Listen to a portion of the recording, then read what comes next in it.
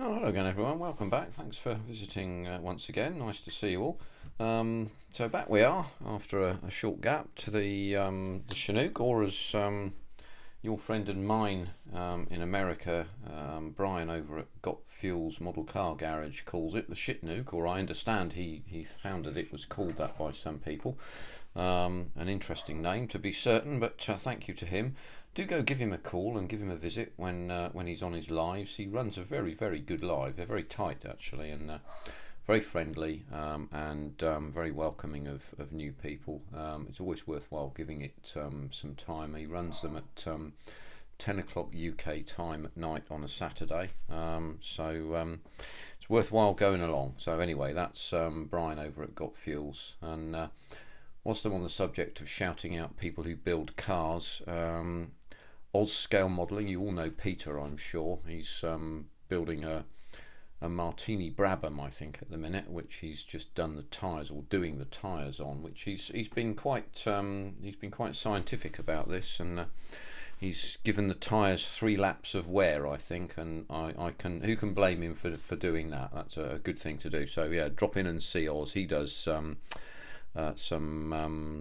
lives as well. Of course he's well, he should be calling himself Thailand Scale Modelling now, because he's over living in Thailand, which I think he's thoroughly enjoying, which is good news. Anyway, go and compliment his wacky new microphone as well, which is quite ace. Anyway, let's move on. We're going to put some things together on this today, and we'll get the 2 casing halves together, and I'll excuse me, do something with that and this and this. But what I've done is a bit silly really, because I've put this lid on, and these things tend to fit where they touch, and they don't touch in many places, so you've got locating lugs across here on both sides. What I did with this was put this side up first, because you've got a half that you can bond to here and here, and you simply tape up the top so that it's fitting reasonably well, and then glue this here. And as you can see, I've been a bit rough and ready with the glue, but I used Tamiya extra thick for this because I felt I wanted the strongest bond possible. I've done the same all the way around here, but what I should have done is to have not put this lid on before showing you inside here, so it's going to be a bit more difficult to show you what on earth is going on. So let's see if we can brighten this up inside. Maybe we can. There we go. Maybe you can see a little bit of that. Let's just see if we can get that to focus in there, perhaps a tad. There you go. You can see that the seats are in and so on.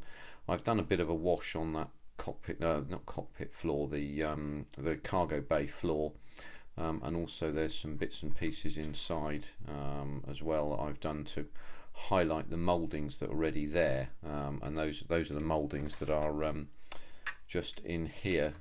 So what you can do, quite interestingly, to highlight corners is you can use pencils, coloured pencils. So I've got a couple of coloured pencils, just these things, and there's a light grey one, and there's also a silver one, and all you do is you go along into an edge, and I'll sort of demonstrate it here. As you can lighten the edge here, and it gives an optical brightness to it that gives it a more sort of 3D effect, and it's really easy to do, and you can then varnish over the top of it and it stays more or less permanently. I did this in here as well, so this is dark grey, and then I anointed this with the pencil, these little strip marks here. And that moved things along a bit nicely to make them look a little bit better. But anyway, I'll try and show you this inside as best I can, you know, at a later date, on maybe one of Ice Queen's lives or something. But as you can see, it's very much according to Hoyle. The belts are decals and so on and so forth, and they've got no depth to them, but the decals have gone in on the control panels, okay, as you can see. So you've got some detail to look at, because the cockpit panels are quite large. That's about where it goes there. We'll see that in a minute. So anyway, before I get a message from Dutch Dave saying for God's sake, Zinners, get on with it, let's crack on. So I've put these rotor shafts in, and then what we're going to do is just put these things together and get them as best we can. So we'll have to gum up the top here first, and that'll be the way forward. So I'm going to use a combination of a couple of things here. So we'll crack straight along, shall we? So first things first is, I don't know if anybody gets this happen to their extra thick lids with the seal coming off. It's a bit of a nuisance, but what can you say? So we'll just dab a glue in there, and on both sides. That's all we need there. I'm just gonna do that because that takes the time to dry, and then what we can then do is start to fit this in. Now what you'll be able to see here is that there are two panel tabs. Let's just zero in a little bit more. You can see them there, and they locate, as you can see, in front of and behind these tabs here. So that means you've got this as accurately featured as or fitted as you can, and we can see that there'll be some gaps to address here, but we'll look at that a bit later. So we can then do is just drop the top on here. It seems to slip together reasonably well, actually, in some sense. So what I'm going to do with that is I'll just tape that shut at the back here for a minute. Got to be careful with that undercarriage, but we'll soldier along anyway. That'll have to come off in a second, but as you can see, the fit's not too bad. But I'm going to start with the front anyway, and use the extra thin, not the quick setting. I'm a bit like Nigel here in the sense I think this gives a stronger bond. I think that gives the strongest bond. This is you know, slightly less strong, but not much. So what we can do then is essentially just bond this in. There will be some gaps to fill, no question about that. I don't think, you know, there's no getting away with or away from that. As you can see, I've drilled a little bit of a hole out there, which is for the it's for something. We'll find out in a minute. So I've followed the instructions according to Hoyle, but I need to finish that hole properly off a bit later. So we'll let capillary action be our friend as ever. And just bond along here, and then we can tape the thing up a bit and keep it under pressure as it dries, which I'm going to leave pretty much overnight, I would say, probably, in all likelihood. Be more careful with that. So yeah, that's dry enough for me to put some tape onto this. Put some pressure on that there.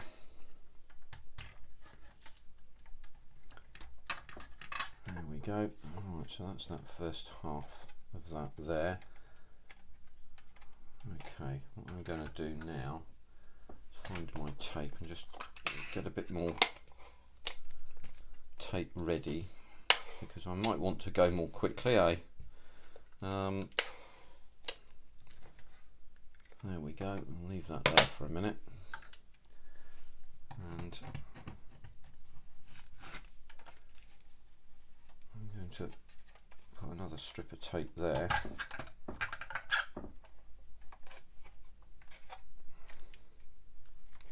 Just to hold that shut there.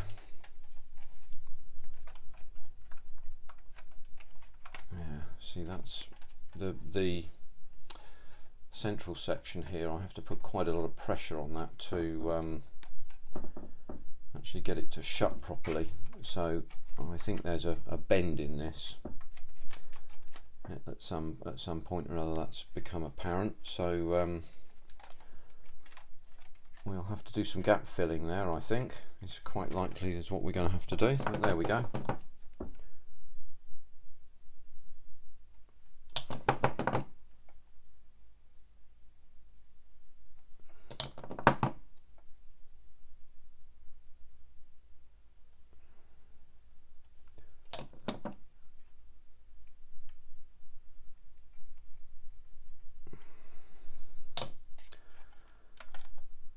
just going to hold that shut there. We'll do this a bit at a time. I think that's probably the best way of doing it. I'm going to hold that shut and then tape it with some of that new tape. So I'm putting quite a lot of pressure on this at the moment. I don't know whether the tape's going to work with this or not, to be honest with you.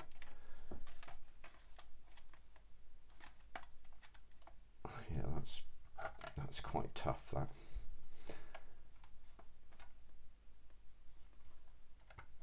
That's a big gap there. That is a big gap.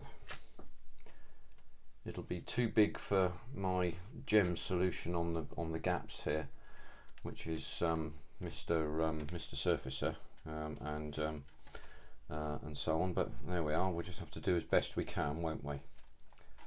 Oh, by the way, just a quickie. These panels, these glass panels, actually fit from the inside out, so you have to be careful when you put your fingers on these. If you've closed up the system as I've started to do here, you will end up pushing these in, and it won't be easy to get them back in if you push them out. So I'm going to have to be really careful with that. There may be a way of dealing with that, but actually I want to have that feel, that I can actually feel that I'm putting my fingers near them before I do some proper damage, as it were.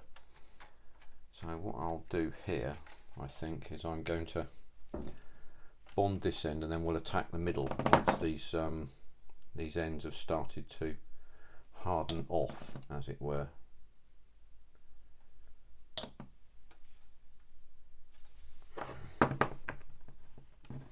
Just use a little bit of this glue here.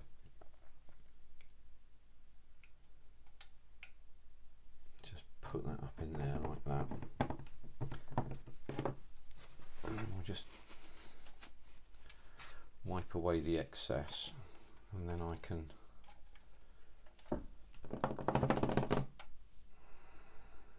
just glue up that section there,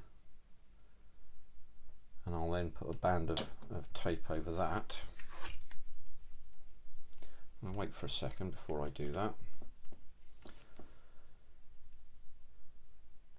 But this is Italeri, and sometimes the gaps are a bit large, and we have to do as best we can with them, don't we? I recall doing an XB70A in 1/72 scale, which is a big model, that, and I think it was really at the limit of the polystyrene, and the gaps between the fuselage and the wings were just enormous.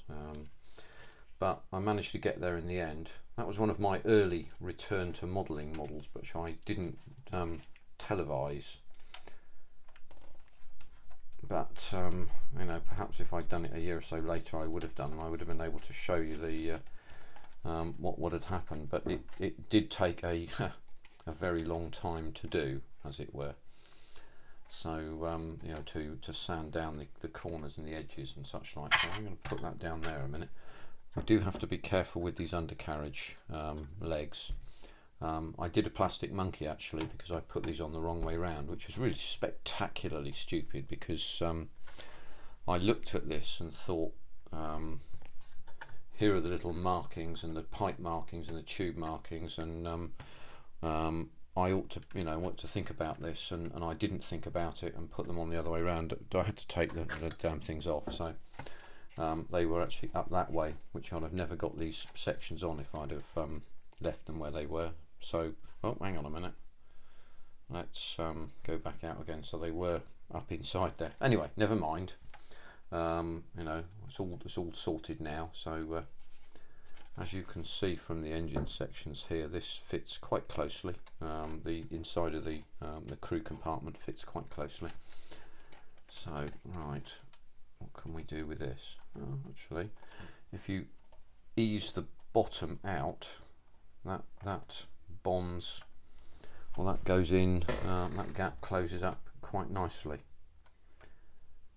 So what we'll do then, oh dear, that wasn't good, was it? I'm just going to put the adhesive on this.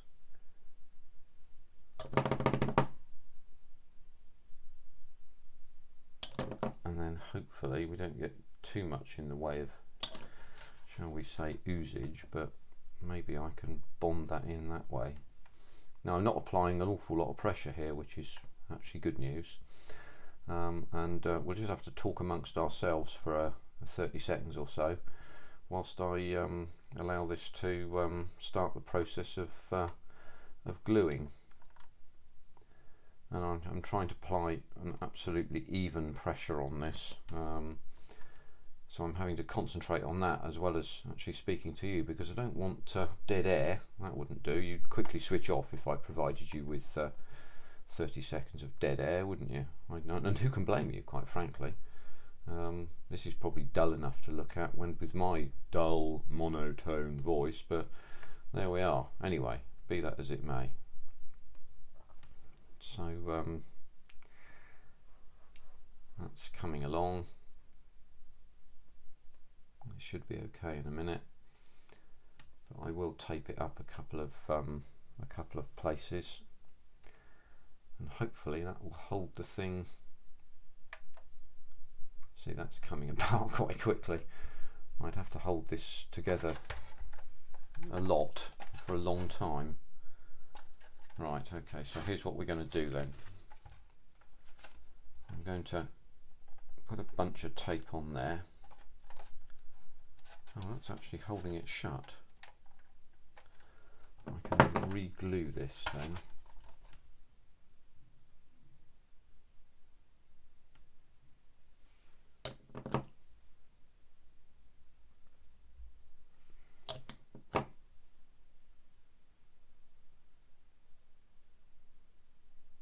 And hopefully I'll leave that just for a minute. I need a bit more tape here.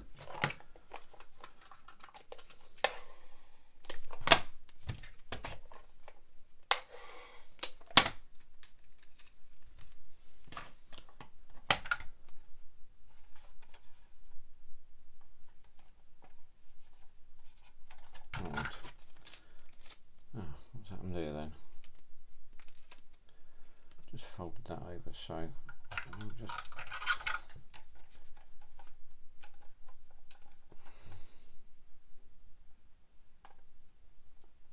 there we go. So we've applied, there's quite a lot of tension on this tape, so it should hold this shut fairly well, I would hope. And with any luck, there we go. All right, now we can look here.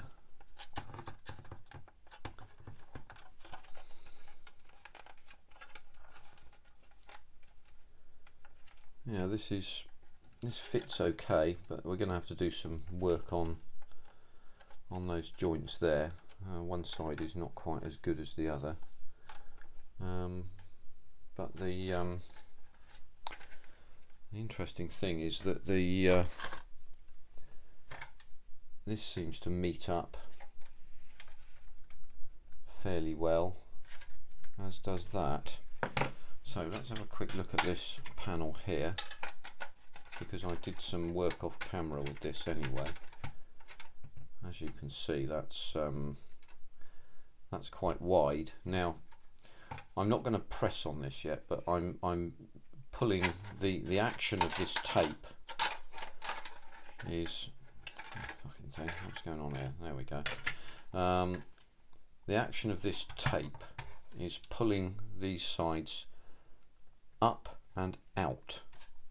So when I release the tension on the tape in about 12 hours, these sections should go down and in, which means, I hope, that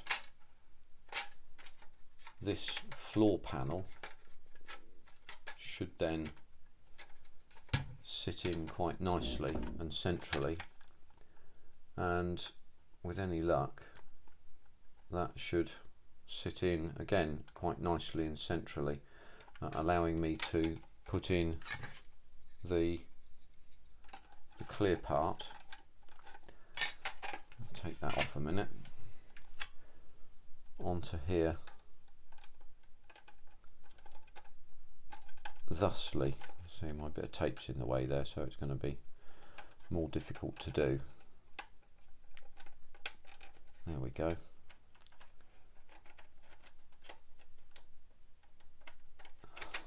quite going in. Doesn't quite want to play, but that's what should happen. But I mean, this is going to be I may actually videotape that bit, to be honest with you, because I think it's something that you might like to see. Oh bugger, there we go. Here's the advantage of good housekeeping: you move the glues before that happens, or you get one of those funny little plastic things that people use that stops you from doing that.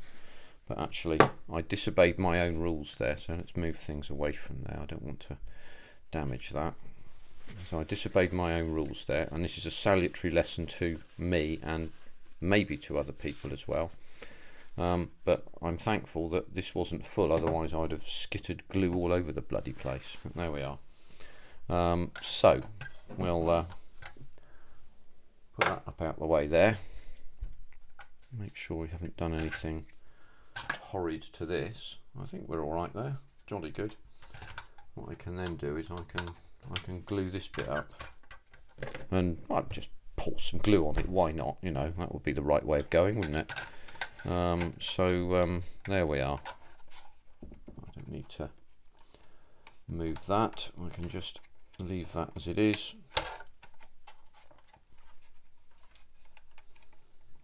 Yeah, I think what we'll do is move that out the way. I'm going to put that up on my little whatnot up there.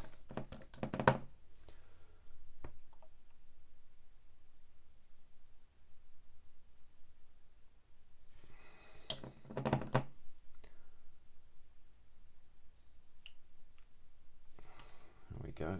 So that's that bit. Yeah, that's a gap that's going to need filling there. That's not quite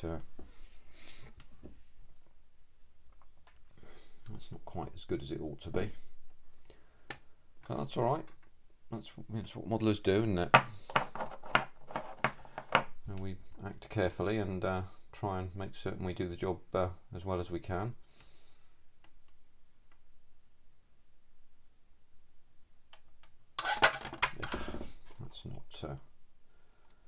That's not bonded in properly.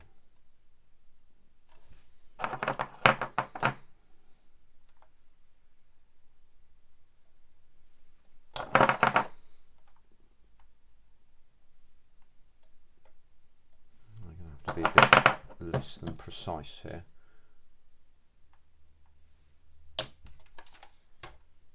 Actually, what we can do is I can get some of that in underneath there, which I shall now endeavour to do, because this does give me a strong bond. So what we'll do then, we'll drop that up there. That's quite full still, I don't use it very often, and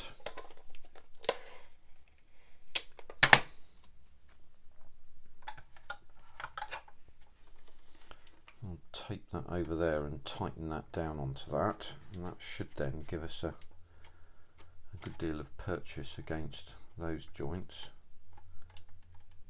Yeah, that should be okay. So right now, quick look at the instructions. We have hang on a minute, I've lost a part. Here we go. Let's see what's happened there. I've broken off that little foot peg there. So what we'll do is we'll just drop that back on there with a pair of tweezing things.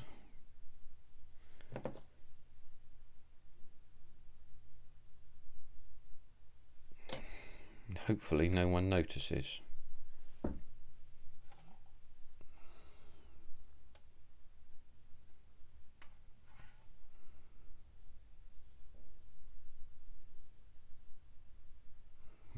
That's where it's going in. Sorry, I was right off the camera there. It's no bloody help to anybody, is it?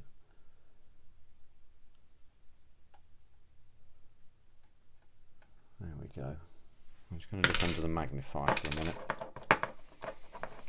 Note that this is now done up. I'm just going to move it over there.